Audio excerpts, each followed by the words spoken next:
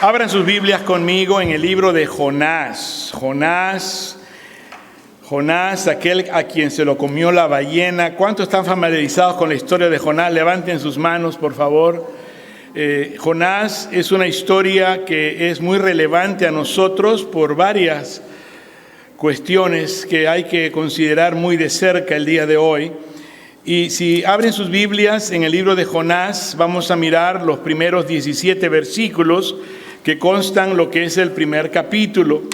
En ello, lo que deseamos nosotros es darle una mirada fresca desde un ángulo bastante objetivo a lo que realmente Dios nos quiere hablar y nos quiere decir. Cuando hablamos acerca de la ciudad, una ciudad empedernida en pecado, en maldad, que sin embargo Dios quiere salvar, pero para ello Dios tiene un siervo, a un profeta, a quien le encomienda y le envía para allá, pero él es demasiado desobediente y no lo hace. Y eso se figura en muchos casos a muchos cristianos que también Dios quiere usar, pero nos rehusamos por muchas razones que son inválidas. Tomen nota, por favor, de algunas cosas importantes en cuanto al libro de Jonás. Para empezar, todos digan en voz alta, pronunciando el nombre de este profeta. ¿Cuál es su nombre? Jonás. Una vez más, ¿cuál es su nombre? Jonás. Jonás. Y probablemente que usted sepa algo o mucho, o quizá no tanto acerca de Jonás. Quiero mencionarles algunas cositas. Jonás es uno de los 2 libros en la Biblia que termina en una nota cuestionable. En otras palabras, ¿qué pasó con Jonás al final de todo este tremendo embrollo? En una ocasión había una niña que estaba evangelizando en un parque y había esas personas que muy bruscamente, al verla que es niña, abusa de manera verbal con ella. ¿Y tú qué crees en Dios? Y que esto y que lo otro. A ver, tú dime, ¿acaso Dios puede? ¿Por qué Dios permite estas tragedias? ¿O por qué Dios permite estas injusticias, etcétera? Le comienza a decir una cosa y otro. Y dice, tengo una pregunta para ti, jovencita, tú que estás hablando de Dios. Dice, a ver, al final, si tú has leído la Biblia en Jonás, dice, al final Jonás, ¿llegó al cielo o está en el infierno? Y la niña le dice, bueno, la verdad es que yo no sé. ¿Ya ves cómo no sabes nada? Le dice.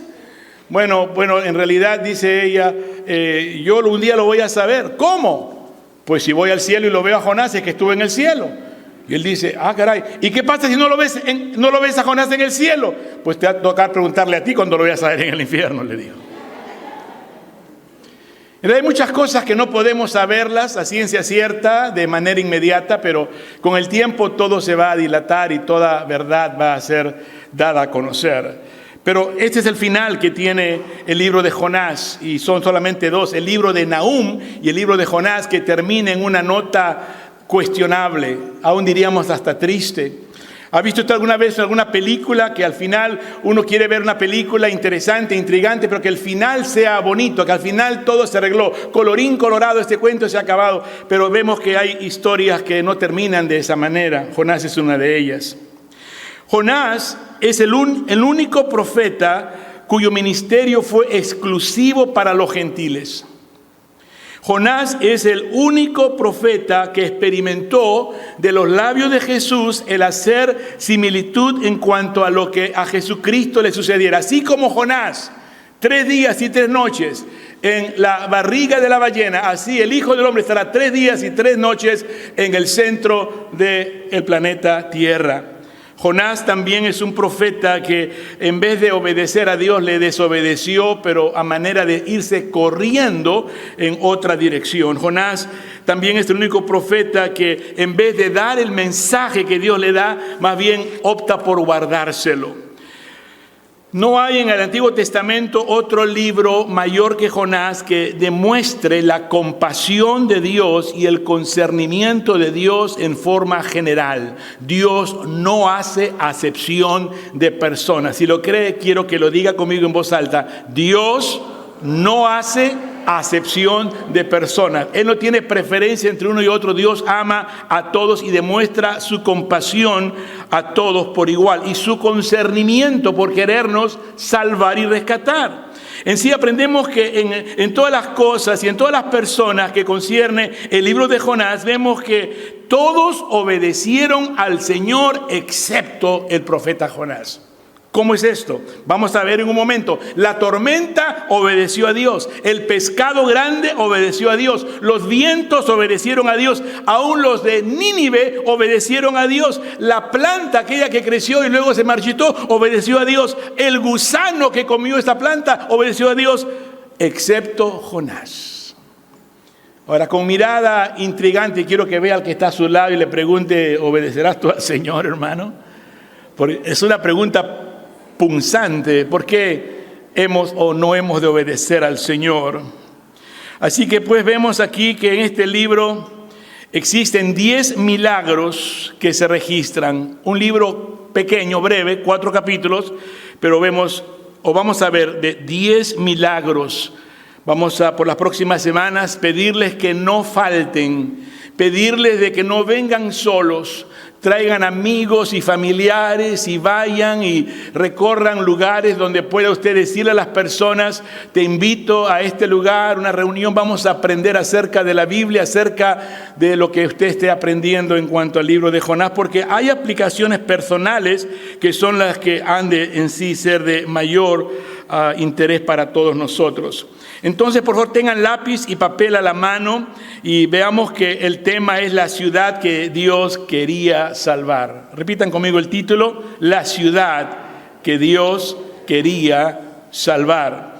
Y vemos que, como ya les hemos mencionado, era un libro importante en el Antiguo Testamento, y la historia de Jonás, aquel que fue llamado a predicar y finalmente fue tragado por un gran pez, es usado como el tipo de la muerte y resurrección de Cristo, y es el relato entero que fue autenticado por Jesús. O sea que no es una fábula, una historia inventada para ilustrar algo, es una real historia que Jesucristo autenticó con el testimonio que Él da de sí mismo. Es un libro extremadamente apropiado para estudiar a la luz de las condiciones mundiales actuales. Vemos que estamos enfrentando asuntos de alto nivel de crisis hoy en la sociedad en donde vivimos, los países, las naciones, socialmente, económica, religiosa. Hay gran confusión, gran violencia, gran turbulencia, gran incierto y todo lo demás. Vamos a mirar en el versículo 1 y 2 el llamado de Dios para salvar a una ciudad. Luego veremos el versículo 3, la condición del corazón de Jonás. Y luego miraremos versículo del 4 al 16, el castigo de Jonás. Y los versículos del 11 al 17 miraremos el gran pez que se traga a Jonás. Algo que debe de resonar en el corazón y en la mente de nosotros es el de saber que nos encontramos en una cuenta regresiva. Escuchen, atención, repitan conmigo: cuenta regresiva. Díganla conmigo, ¿una cuenta qué? Regresiva. Está sonando el tic-tac del reloj, el tiempo pasa vertiginosamente, no nos queda mucho tiempo, hay que hacer lo que estamos supuestos a hacer por mandato de Dios. A manera de conclusión, preguntarnos cuál es la condición de nuestro corazón. Aprenderemos de la condición del corazón de Jonás, pero la pregunta ahora a nosotros es: ¿cuál es la condición de tu corazón? Y también que Jonás fue llevado al lugar de la oración. En este caso fue en las entrañas de este pez grande. ¿Cuál es el lugar tuyo de oración? ¿Es el salón del hospital de emergencia? ¿O será detrás de una celda en una prisión siendo arrestado por inmigración? ¿O será el que en tu trabajo te llevaron a la oficina del jefe y estás esperando a ver qué te van a decir porque encontraron que lo que hiciste era ilícito? ¿Cuál será el lugar al que Dios te va a llevar para que tú finalmente hagas la oración de arrepentimiento y de entrega al Señor? ¿Qué debe hacer Dios en nuestras vidas para que podamos ser atraídos hacia Él humildemente y poder conocer y hacer su bendita voluntad? ¿Listos para leer Jonás? Si están listos, digan un fuerte sí. Sí. Vino palabra de Jehová a Jonás, hijo de Amitai. Jonás, paloma, hijo de Amitai, ¿verdad? levántate y ve a Nínive, aquella gran ciudad, y pregona contra ella, porque ha subido su maldad delante de mí. Usted puede averiguar y encontrar que esta era una ciudad sumamente poderosa, una ciudad de gran lujo y esplendidez, y es donde vivían los reyes, y Asiria era el imperio poderoso de ese tiempo, y Nínive era la capital. Verso 3 dice: y Jonás se levantó para huir de la presencia de Jehová a Tarsis, y descendió a Jope y halló una nave que partía para Tarsis, y pagando su pasaje, entró en ella para irse con ellos a Tarsis, lejos de la presencia de Jehová.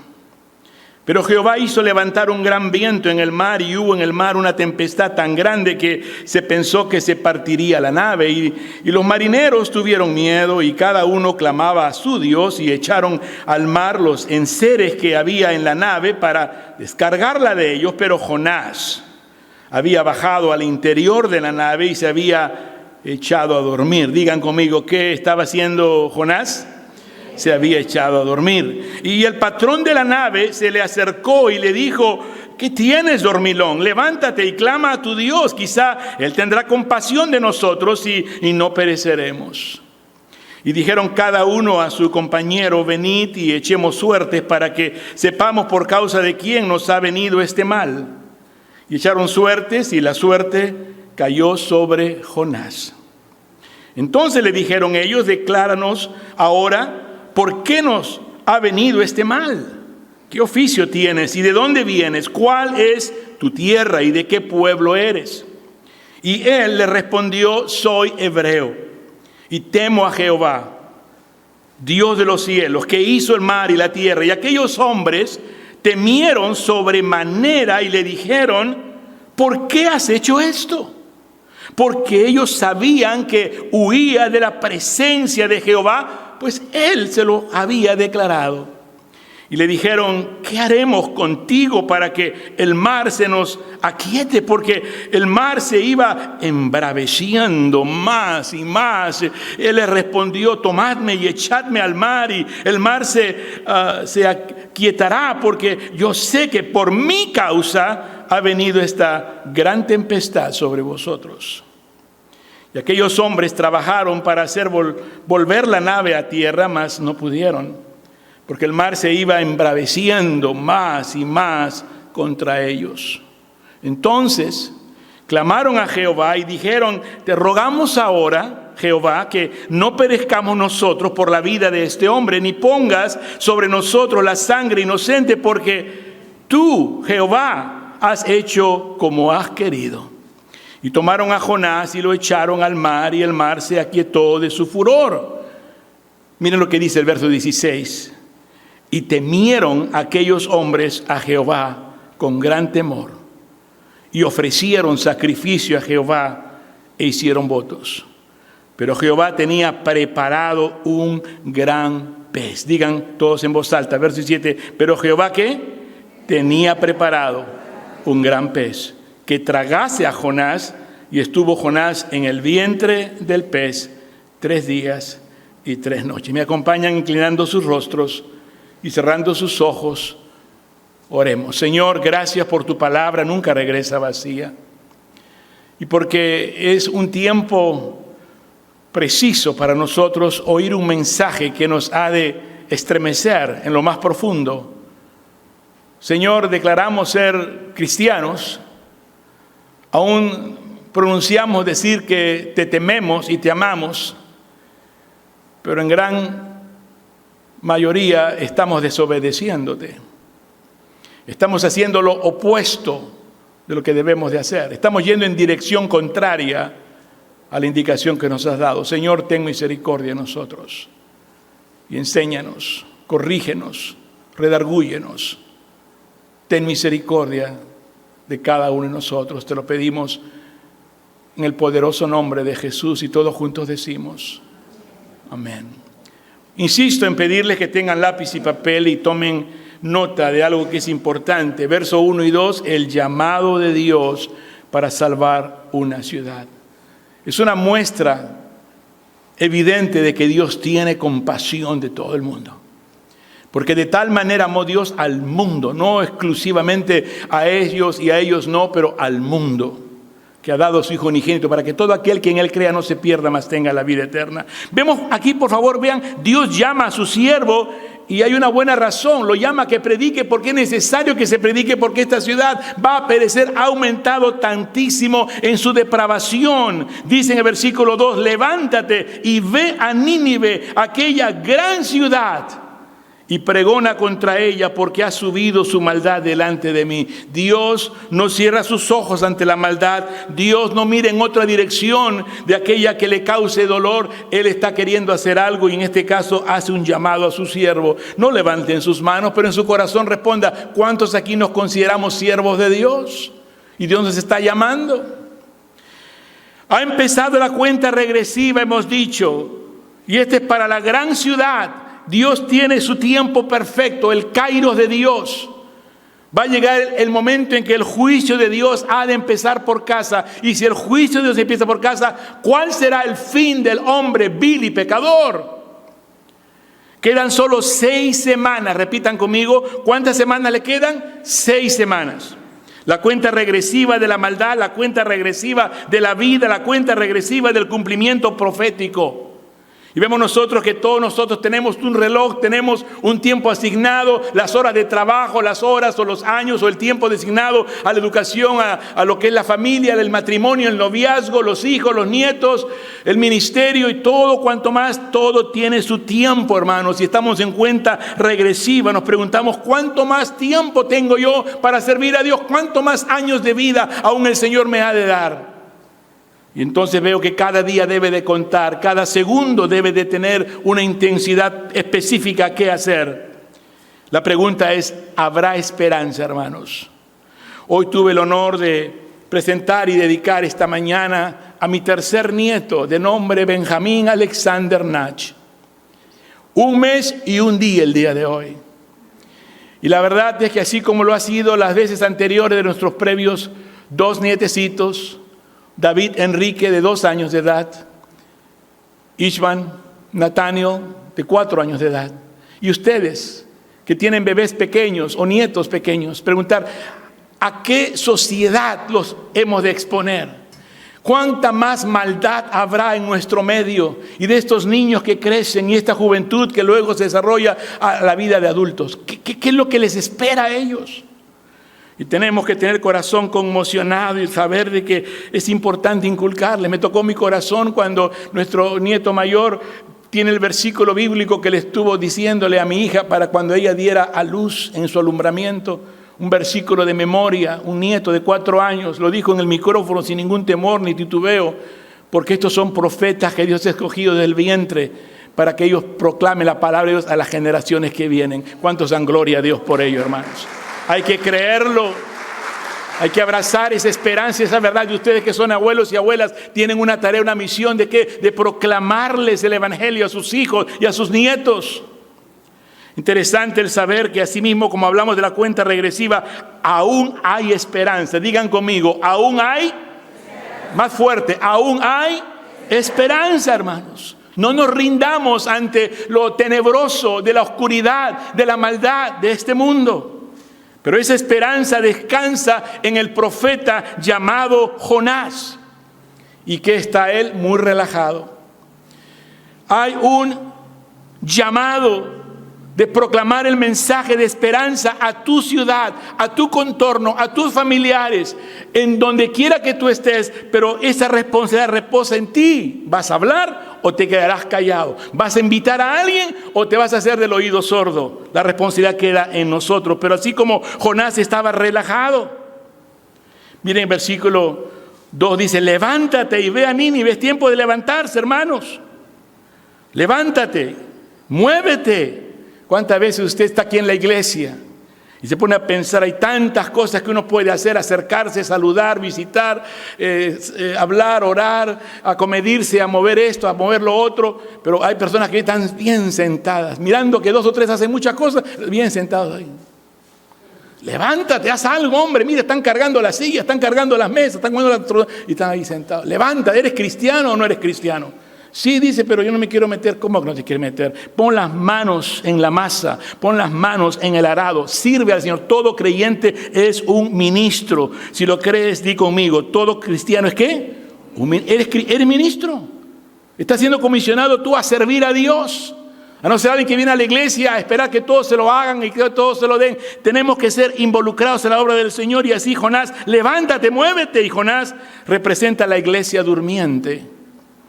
En esta hora crucial, cuando hay que ir y hablar y evangelizar y hay que servir y hay que hacer lo que tengamos por delante hacer. Nínive representa un mundo perdido, tambaleándose al borde de la condenación y de la destrucción. Hay tanta gente que muere sin Cristo, sin esperanza, hermanos. Un día tú también vas a morir. ¿Cómo será el día de tu muerte? Escuchaba acerca de alguien quien sufrió unos estragos al haberle intervenido quirúrgicamente y fue llevado al hospital en la ciudad. Y los que fueron a ir a verle, cuando llegaron, resulta ser que ya había muerto. ¿Y quién lo vio morir? ¿Quién le escuchó sus últimas palabras? Ahí estaba el vecino en la cama de al lado, diciendo yo, porque él me estaba hablando a mí de Jesús y de Cristo. Y en eso que me estaba hablando del Señor con una sonrisa, cierra sus ojitos y se murió. ¿Cuántos quisieran pensar, así quiero morirme un día, dando el evangelio a alguien más? Porque todos vamos a morir. La pregunta es, ¿cuál será tu temor? ¿Cuál será tu sentimiento? ¿Cuál será tu alegría? El ver la luz que se hace cada vez más fuerte, más vulgar, mayor fulgor. Entonces Nínive representa un mundo perdido que está a todo nuestro alrededor, balanceándose al borde de la condenación y la destrucción, y Jonás representa la iglesia durmiendo. Dice en el versículo 3, y Jonás se levantó para huir de la presencia de Jehová y Tarsis, y descendió a Jope y halló una nave que partía para Tarsis, y pagando su pasaje entró en ella para irse con ellos a Tarsis, lejos de la presencia de Jehová. Anoten este punto. Punto número 1, el llamado de Dios para salvar a una ciudad, verso 1 y 2. Punto número 2, la condición del corazón de Jonás. Dígalo en voz alta en el verso 3. ¿La qué? La condición del corazón de Jonás. Lo vuelven a repetir en voz alta, por favor. ¿La qué? La condición del corazón de Jonás es rebelde y desobediente. Y deje que estas palabras pulseen el corazón. Rebelde y desobediente. ¿No serán estos tus segundos nombres? ¿O no serán esos tus primer nombre?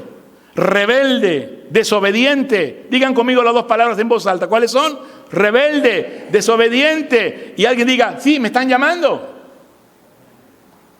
Dios le dice, ve a Nínive, y él se fue a Jope. Se le dijo que fuera al este y él se fue al oeste. ¿Conoce usted un punto en que empezó a alejarse de la voluntad de Dios? ¿Cuántos dicen, oh, yo antes servía al Señor, yo antes hasta predicaba, hermano, yo antes, ya déjate de estarme diciendo lo que tú antes hacías, dime qué estás haciendo ahora? Graduado de instituto, que maestro de escuela dominical, que lo que quiera que fuiste, pero ¿qué eres ahora? ¿Qué haces ahora por amor a Dios? Es que estuve ocupado, es que tengo mucho trabajo, es que esto, es que lo otro. Excusas, miles de excusas, ni una lleva en sí validez. ¿Conoce usted de un punto en que empezó a alejarse de la voluntad de Dios? Cuando te enfrías del primer amor, cuando comienzas a obedecer con algo pequeño, pero luego cada vez se hace más grande, más desobediencia, más desobediencia. Somos cristianos, que nos gusta venir a la iglesia, sí, porque el ambiente, porque está bonito, por la razón que diéramos, pero ya con una vez es suficiente. El domingo por la mañana, en la tarde, no me pidan que vuelva en la tarde, o el martes a la oración, sí, pero es que una razón tengo yo para excusarme, o el día jueves del estudio bíblico, lo que fuera. ¿Dónde empezaste a alejarte de la voluntad de Dios, mi hermano? El sendero desciende del descarrío. Siempre ha sido así. Empieza un punto y comienza a deslizarse. O bien subimos a un plano más elevado o caemos. Esta es la pregunta. Escuchen la pregunta. ¿Están escuchando, hermanos? Esta es la pregunta. O estás subiendo o estás bajando. Y tú solamente tienes la respuesta. Después decir, estoy subiendo, hermano, o me estoy bajando, hermano. ¿Estás en qué plan tú? ¿Estás aprendiendo o estás olvidando lo que aprendiste? Y bueno, no sé, ¿verdad? Dios tuvo más problemas para conseguir que su siervo fuera que para lograr que Nínive se arrepintiera. Dígame si no es una cosa con tremenda paradoja e irónica. Número 3, versículos del 4 al 16, el castigo de Jonás. No creas tú que serás alguien que será pasado en forma desapercibida, tú no quedarás impune, el Señor, hermanos, va a tratar contigo.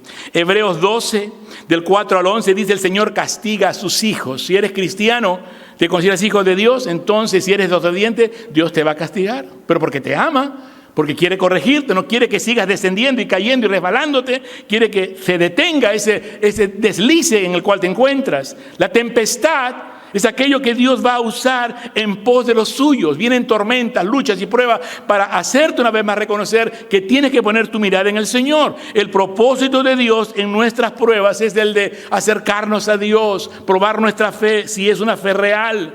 Y la reacción de los marineros es tal que nos hace pensar nosotros que todo el mundo en el momento dado han de pedir en oración a su Dios ayuda, socorro y auxilio.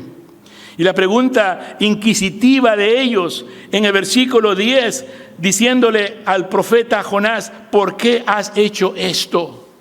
Es ciertamente sorprendente cuando uno descubre o cuando uno está al frente de una situación de una persona que, sabiendo hacer lo bueno, hizo lo malo y ahora enfrenta las consecuencias de lo malo que ha hecho. Y uno dice: ¿pero por qué hiciste esto? ¿Cómo pudiste tú ser tan tonto? Vas a perder a tu esposa por un momento de placer, por una tontería de ceder a tu impulso carnal, viendo pornografía o coqueteando ahí por el teléfono con una mujer que no es tu esposa. ¿Qué pasó contigo? Y lo que le dice: ¿por qué has hecho esto? ¿Por qué has cometido tan grave error? ¿No has pensado en las consecuencias que vendrán? El ejemplo para tus hijos. ¿Qué pasó contigo que te emborrachaste? Una copita, luego invitó a la otra copita. O una reunión aquí que luego hubo la otra. Miren el versículo 10, la pregunta inquisitiva dice: y aquellos hombres temieron sobremanera y le dijeron: ¿por qué has hecho esto? Hermanos, la muerte es inevitable y las posibilidades son al 100%, todos vamos a morir. Es más, hay que prepararnos para el día de nuestra muerte. Todos en un momento dado van a tener temor. Hay quienes dicen: yo no tengo temor a la muerte, pero cuando algo se... ¡ay, Dios mío! Dicen, hasta el ateo cree en Dios. ¿Por qué has hecho esto? Dice: porque ellos sabían que huía de la presencia. ¿Cuánta gente está escondiéndose de la presencia? La razón que mucha gente no va a la iglesia es porque realmente la convicción es algo con lo que no pueden lidiar. O llegan tarde, o llegan por cumplir, o se van rápido, no quieren hablar con nadie, porque están huyendo de una confrontación espiritual, de que realmente Dios va a usar a través de una persona, o de una conversación, o de un encuentro, o de un mensaje, de una oración, o de algo que el Señor vaya a usar. Los marineros reciben la instrucción de Jonás del versículo 11 al 16 y algo que traería la calma al mar del verso 11 al 15. No solamente los marineros en el verso 10 hicieron la pregunta inquisitiva, obtuvieron las instrucciones de qué hacer para calmar el mar, pero verso 16 ellos oraron. Gente inconversa que está orando, hermanos. Y el profeta de Dios estaba dormido. Imagínense qué vergüenza, qué cosa tan inverosímil. Verso 16 dice: y temieron aquellos hombres a Jehová con gran temor. Los inconversos van a creer y van a temer, y los cristianos sinvergüenzas siguen desobedeciendo y siendo rebeldes. Ellos temieron, verso 16, y aquellos hombres a Jehová temieron con gran temor y ofrecieron sacrificio a Jehová inmediatamente. Un corazón agradecido por recibir la salvación, el perdón. ¿Y cuántos cristianos somos ingratos, malagradecidos? Por lo tanto, hicieron votos. ¿Cuántos hay quienes han hecho en el pasado votos que no han cumplido? Verso 17, pero Jehová tenía preparado un gran pez. Y quiero que hagamos énfasis de la palabra preparado. Quiero que la repitan conmigo. Pero Jehová tenía ¿qué? Dígalo con fuerte voz. ¿Tenía qué? Y Dios tiene preparado este día para ti. Dios tiene preparado las circunstancias para ti. Dios tiene preparado su plan a desarrollarse para ti. Y el caso fue un gran pez que tragase a Jonás y estuvo Jonás en el vientre del pez 3 días y 3 noches. Entonces el milagro del gran pez. Dios tiene preparado un milagro para tu vida. ¿Cuántos aún creen en milagros? Levanten sus manos, por favor. Y Dios tiene un milagro para ti. A veces creemos en milagros, decimos, wow, qué tremendo milagro, que se dio aquí, que se dio allá, le ocurrió a aquel. Pero ¿a ti? ¿Tienes un milagro que tú puedas contar que Dios ha hecho en tu vida? Bueno, sí, y cuentas de años atrás. ¿Y por qué nada recientemente? Pregúntate. ¿No será que Dios todavía quiere hacer milagros? Dios quiere hacer un milagro en tu vida. Con tu salud, con tu situación económica, en tu trabajo, en tus relaciones, en la iglesia, en tu ministerio. Dios quiere hacer un milagro. Pero nos hemos acostumbrado en nuestro deslice a simplemente ahí llevarla, ahí sobrellevarla, ahí sobrevivir nada más. Y estamos completamente lejos del propósito de Dios. El milagro del gran pez fue lo que Él preparó. Dios iba a hacer lo que fuera preciso para corregir a Jonás porque tenía una tarea para él. Y déjenme decirles, Dios tiene una tarea para nosotros. ¿Cuántos lo creen? Levanten sus manos. Dios tiene una tarea para ti, hermano. Por algo estamos en esta iglesia. Por algo estamos en este lugar. Por algo tienen a este hombre como su pastor. Que no voy a tener pelos en la lengua en decirles y en reclamarles aquello que nosotros sabemos que debemos de hacer. No es por ignorancia, es por desobediencia. No es porque no sepamos, es por rebeldía. Tenemos que acercarnos a Dios con un corazón contrito y humillado. En conclusión, recuerden, continúa la cuenta regresiva. Casi cumpliendo 4 décadas de ser pastor, puedo decirles, ahora hay tantas personas a quien he conocido en el ministerio. Yo tenía 18 años, ellos con 30, 40 años más, ¿cuánto tienen ahora? Significa de que ahora muchos tienen 70 años, 80 años. Están muriéndose. Y es para mí algo muy reflectivo y realmente conmovedor. Estarme despidiendo de muchos que se están yendo y de muchos que ya no vienen a la iglesia y no pueden venir porque no tienen cómo llegar por su invalidez. Pero sin embargo les digo una cosa, la cuenta es regresiva. Podemos orar, podemos interceder, podemos seguir apoyando, ayudando la obra del Señor. La cuenta regresiva no se detiene, sigue. Cada día estás, un día que pasa estás más cerca de tu último día aquí en la tierra. Y para esto no hay edad. No hay edad. Siguientemente, la conclusión es cuál es tu condición del corazón. Nos preguntamos si realmente creemos en Dios a nuestra conveniencia o creemos en Dios a la manera que la Biblia nos enseña. Jonás fue llevado a un lugar de oración, hemos dicho. Algo que te confronta a una situación de que tengas que mirar para arriba y tener tu esperanza solo en Dios. ¿Y qué es lo que tú crees que Dios tenga que hacer para que tu vida sea atraída, acercada al Señor y dar lugar a decir, Señor, yo quiero hacer tu voluntad y quiero encontrarme en medio tuyo?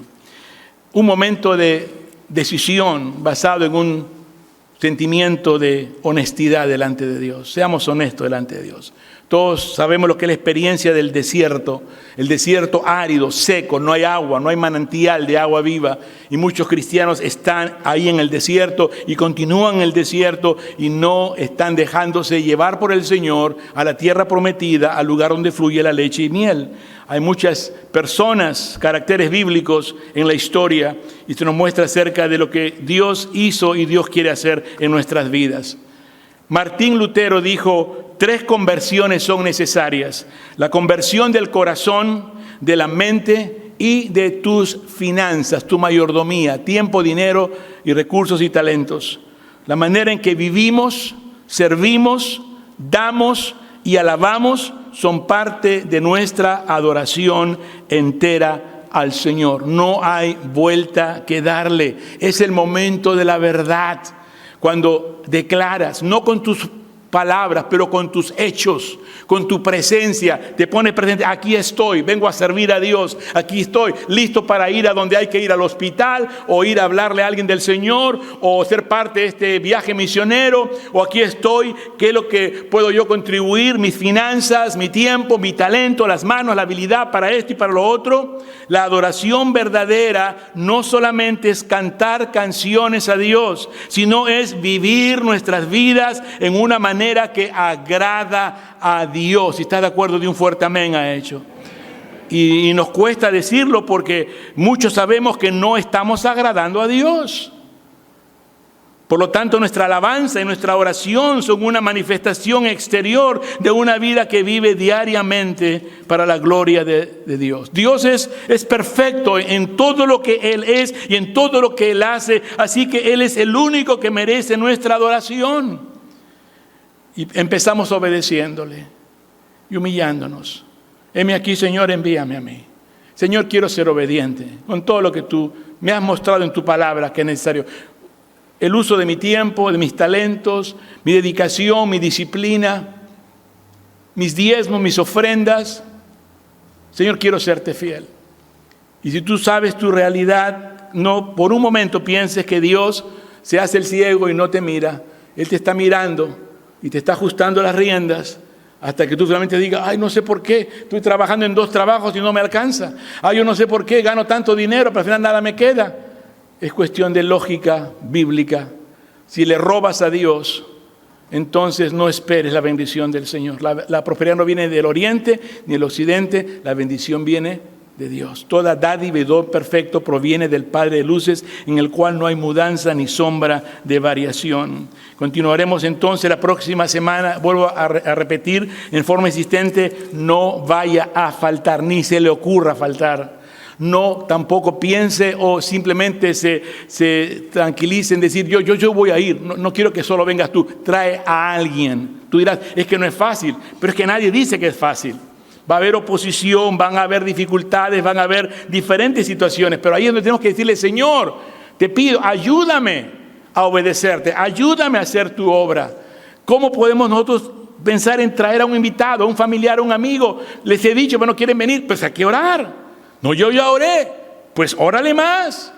Y ya le pedí, pues síguele pidiendo y ruégale y suplícale. ¿Y cómo lo haces? ¿Puesto de pie o de rodillas o sentado o con el rostro en el suelo? Hermanos, no es hasta cuando encontramos realmente que la única esperanza que tenemos es una entrega total a Dios. Simplemente somos religiosos, fascinerosos, como los fariseos que hacen sus oraciones y todo de los labios para afuera. Pero con esa oración compungida, con quebranto, con ojos humedecidos, con lágrimas que corren por las mejillas, es una oración que realmente Dios no puede dejar pasar por alto. Pónganse de pie y díganle al Señor en esta hora, Señor, yo te pido que tengas misericordia de nosotros, porque eres un Dios grande, compasivo, justo, puro, temible. Señor, perdónanos. La Biblia tiene mucho que decirnos acerca de nuestras vidas y de lo que representamos, Señor, ser luz en este mundo, sal en esta tierra. Señor, perdónanos por todas las faltas que hemos cometido y, Señor, asimismo la desobediencia y la rebeldía que vemos personificada en la vida y en el ministerio de Jonás, y más aún a saber el incierto de su final. Señor, ayúdanos a leer y aprender y a aplicar esta enseñanza de la historia de Jonás en nuestras propias vidas. Pero, Señor, desde ahora, ayúdanos a reconocer nuestras faltas y errores, a pedirte perdón, decirte, Señor, dame la oportunidad hoy de decirte, Señor, ayúdame a obedecerte, a seguirte y amarte, y así reconocer que tú estás con nosotros y que nos amas. Sí, Señor, tú nos amas y eres grande y poderoso, y no hay nadie que se pueda comparar a ti. Señor, tú eres el Rey de mi corazón, agua que sacia nuestro ser, monte al que subiremos. Oh Señor, tú eres nuestra canción, Rey de mi corazón, sombra que me esconderá, rescate en tempestad. Oh Señor.